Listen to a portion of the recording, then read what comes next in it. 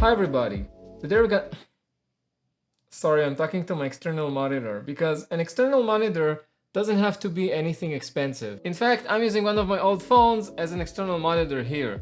As you can see, it's pretty laggy, but I can see that the microphone isn't in the frame. I can see just about the lighting of the scene, and I have a convenient record button here without going to my camera each and every time. I'm using the Canon app here because I'm using a Canon 50, and these are the applications for all the cameras out there. So if you see an application here, and you'll most likely do, just download an app and you can use your current phone, or if you're lucky to have an old phone, even if it's a slow one, use it. It's really convenient and I'm using it for just $0.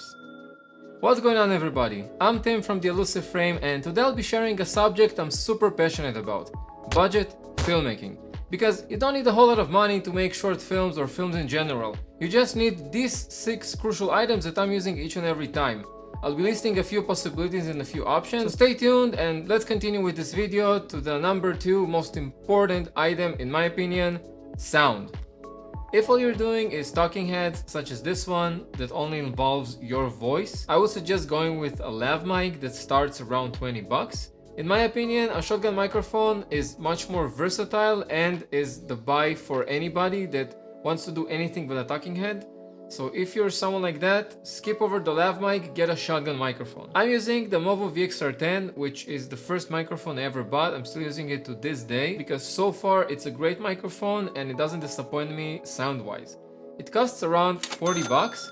And there is the Pro version that costs around 10 bucks more. I've seen a few reviews about the Pro, but the sound differences aren't that big. So if you can save the 10 bucks, go ahead and do it for the next items on this list. You'll probably start by mounting the shotgun microphone to your camera, but most likely if you have an APS-C camera such as myself, no lens would be wide enough, which means that the camera would be far enough from you for the microphone to catch all the echo in your room. And I've been there at the beginning, the sound isn't really good. Here's an example. With a desk, your hands are always in frame. That is why I would also suggest to buy down the line a microphone stand or a boom arm. Get the cheapest one or the one that's most available. Remember, the Movo VXR10 is a very small microphone, and chances are that your first shotgun microphone would be a small one, so you don't need anything robust or big. These ones would usually be cheaper and will hold for some time until you're ready to upgrade to the biggest new thing. After we get our sound right, the next thing that can really elevate our visuals is light. As a beginner filmmaker, daylight can be your best friend. You don't even need any external lights. But if you're living in a noisy environment or you don't have a lot of sunlight, please call me, because in Israel we have half a year of summer. It's 30 degrees and it's gonna be 30 degrees for at least 2 months here. But in any case, if you don't have any access to daylight or if your environment is noisy, you can use a decorative light as the beginning, like the newer 2-pack behind me. They're good for decorating the environment around you to make it look more vibrant and more alive. In fact, one of my short films was shot entirely on the newer 2-pack. You can see that it's pretty dark and moody. That's what I wanted to set, but I couldn't really get it any brighter. You can also use them to light yourself, but if you're using them as a key light, I would suggest to put your 40 something, 50 something bucks and invest in a softbox such as this Mount Dog or others that I put down in the links below. These softboxes lights I didn't use at all, so be wary of buying them. Just read the reviews on Amazon.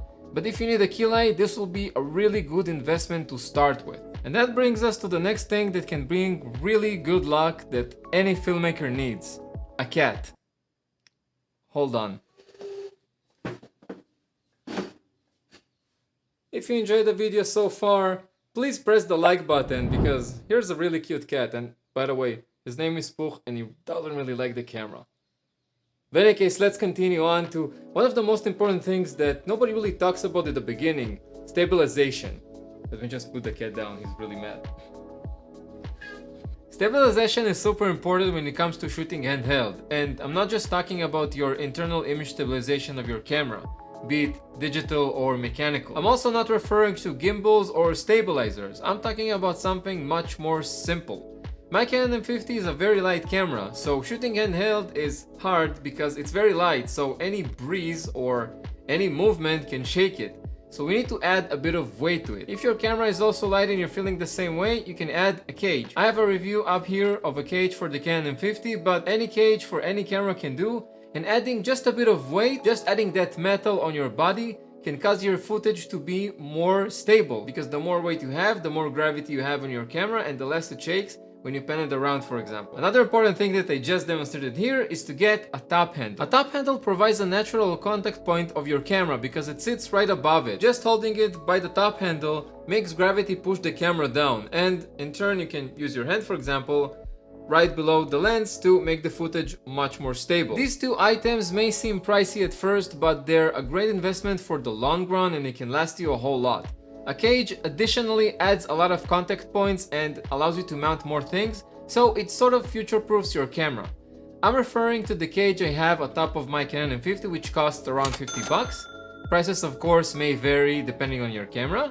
And the top handle I have on my Canon M50 is the Movo SVH6, which costs just 15 bucks.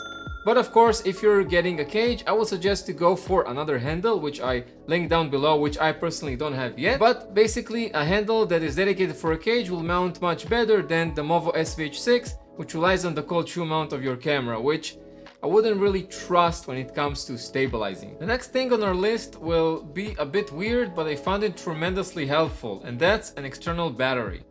If you have an abundance of sockets or chargers in your office and you're mostly in your office, you can skip this one. Although I would recommend just about anybody getting an external battery pack, because just being on a train on my way home, for example, and watching too much YouTube and having my phone die can really suck. But if I have my external battery pack with me, hold and behold, I can still keep on watching YouTube. And as a filmmaker, it can be really great if your external monitor, such as this one, just dies while filming. Or if your LED light, like the Neewer 2-pack behind me, is out of reach, you can still use an external battery. I would suggest to go around 10,000 milliamps and higher. I would go with reputable brands such as Anker or Xiaomi, because it's a battery pack, you know, batteries, heat, Galaxy Note 7.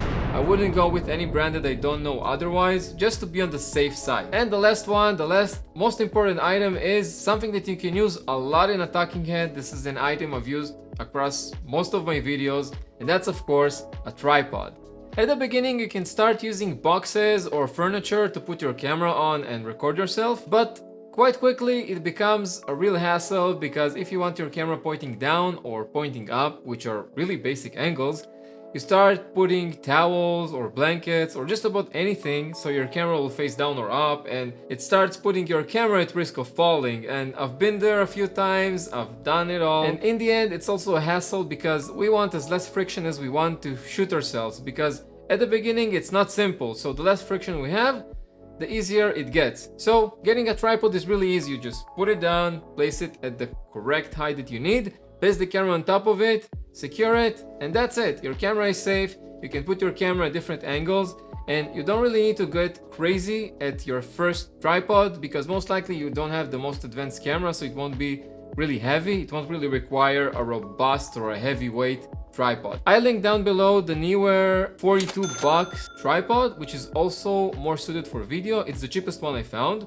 Neewer creates great budget products, and I use a few of them, so I highly recommend it. I went with a more expensive one that costs around 65 bucks, and I like this one because it's very tall. It's 77 inches, which allows me, if I want to do talking heads while I'm standing. Remember, the more versatile your tripod is, the funner it is, and the less likely you'll need to upgrade down the line.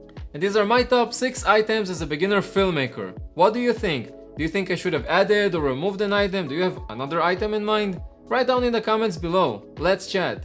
And if you like this video, press that like button so people at the beginning of their career will invest in what really matters. In here you can see a video that YouTube recommends, and don't forget to subscribe, because I'm releasing a whole lot of filmmaking and storytelling content. Thank you for watching, and I'll see you in the next one. Go out there and create something.